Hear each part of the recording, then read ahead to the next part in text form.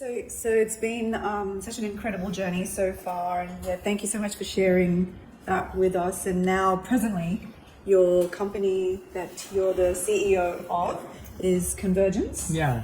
And yeah, I've heard some very exciting stuff, but I'll let you give us all the details. Sure. Yeah. So Convergence was formed in 2022, and it's a Brisbane-based surgical robotics company addressing really the issues of arthroscopy, which is minimally invasive keyhole joint surgery, which is something very passionate and personal to me.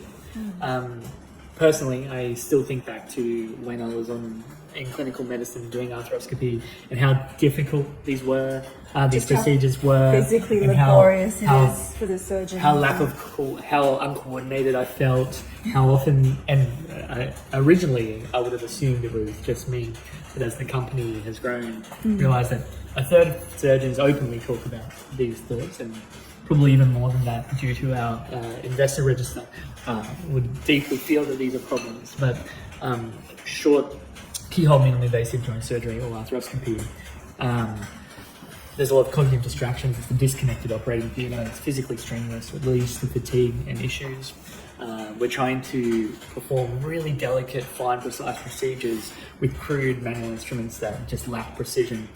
And we just don't have enough hands to get the job done. So on that... But anatomically there will be differences in... Yeah. So how does... Yeah. So what the robot is based around, it's providing what we did integrate at providing new dexterity and better function. And that was really a great foundation to be better. So Convergence is the world's first, a company building the world's first arthroscopic surgical robot. We're still in the preclinical phase. But since 2022, we've raised nearly $3 million. We've grown a team of nearly 13 now. We've built 2 generations of platform. So the last one, the Gen 2, is fully demonstratable, so we can show the robot works. Great, and how we fantastic. And where have you been demonstrating? Yeah, I mean, we're based in Newstead in Brisbane, but we've got investors from as far as San Francisco in America. And, in the last round, venture capital firms flew out some doctors to spend a week with us, get their hands all over the robot and trial it out. So, it's a pretty exciting time. So. Yeah, fantastic. And the name Convergence, how did you come up with that? Well, I honestly, it just sounds cool. No. It does sound cool. I thought it might have something to do with evolution, where two species converge to formulate there's so many layers that we can play into, but I think you would give me too much credit in any one time. Maybe it's the fact that it's a converging of all my life journeys. That's I love that. Yeah, that's actually really nice. Yeah. Okay, so when you do hit a block and your plan doesn't work out, what's your process in progressing through that? Yeah, so I get asked this a lot, and I think personally I believe it somewhat looks on what a plan and what a project and what project execution is, in my personal belief, not in quite the right way. I often say plans prevent poor performance, of course.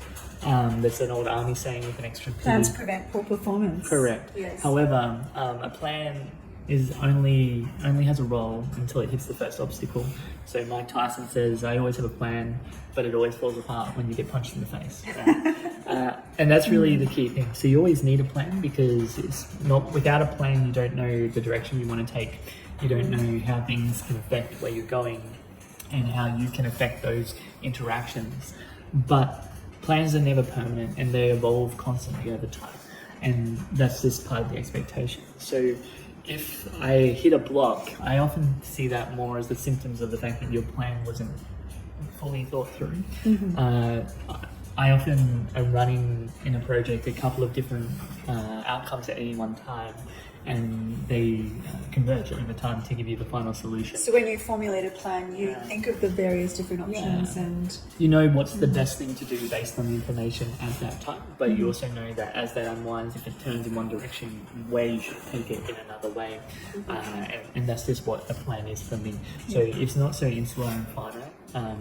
It's really something that evolves, and it's about not having blind faith in the plan. It's Yes. about working with the plan to give you that trajectory. There's every sail ship moves across the sea with wind, but it doesn't move straight. It ticks and tacks along to get that journey in life. That's right? beautiful. And yeah. that's what your plan should be. So that's a really lovely way of describing it. Yeah. So onto a lighter topic now. I think I've grilled you enough. Beautiful. But so what's your favorite thing about Brisbane, the city that we live in? Sure. I mean, I'm Brisbane proud, right? So a third-time founder.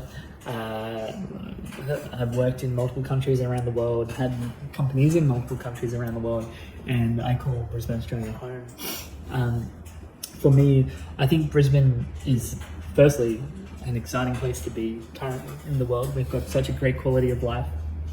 We've got a great work-life balance. Our public health infrastructure, our utilities infrastructure is amazing. Our sports scene is amazing. Our social scene is amazing.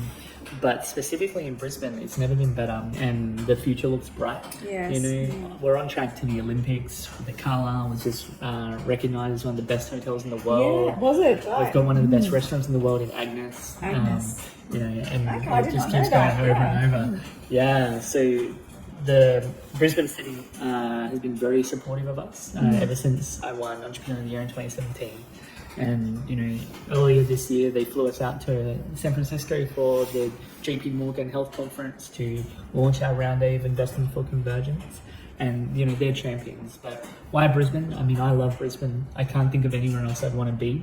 I often find whenever I have to work in one of these countries, I come home the second I touch soil, it's just like a surreal feeling. I know that feeling. Yeah. I'm feeling it right now. Yeah. Okay, so if someone was visiting us here, what would be some of your favourite places that you would recommend? Yeah, I mean, it depends what they want to do. I mean, I'm a bit of a foodie, and I think the food and drinks scenes here is amazing in Brisbane. I personally like to I live in Euston, so central CBD. I love the James Street vibe. Yeah. Some of my favourite restaurants are in James Street. There's the Sushi Room, which is a bit of a thing that I've been doing for long lunches recently. There's SK, obviously, Agnes. We can't go apart from that. But then there's also the nightlife, Maya on Ann Street. It's a great night rooftop bar. I think we do that really well here in Brisbane. Apart from, I guess, food and alcohol, there's some great national parks around. The sports scene is pretty good. Strawberry Island is, an unprecedented area.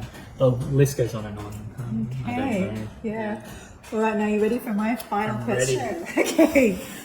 So our children, they're tomorrow's leaders. So what is one value that you would wish to instill in them? Sure. Yeah, I think it just comes back to where we started. And Yes. It's that, the biggest value I want to give to them is like the freedom or the insight that really I've found that your life is really what you make of it. It took me a long time as a kid to realize that I can shape and form the world and reality and community or society that I want around me. And I think if everyone realizes that we're all going to be just that a little more better, the biggest value or gift that I would want to give to our children are really just them being aware that they can have the world that they want to do, and they can choose to have fun and then live their life at that level as a plateau, or they can invest in themselves and build themselves and create something that they want to be. And really it's on them, because at the end they have to live with their life and With what they're the they've only ones that created. have it. So I think it's just that kind of insight is the biggest gift there. Yeah. Well, thank you so much today. I think today, after talking to you, I feel like that I'm sensing a freedom to dream even bigger. And I hope everybody else listening to you today feels that as well, because that's literally what you've done with your life. You've had the freedom to, to shape it the way that you wanted to, and then make your ideas materialize. And Brisbane City has backed you in doing that. Thank you very much. Pleasure. Thank you so much.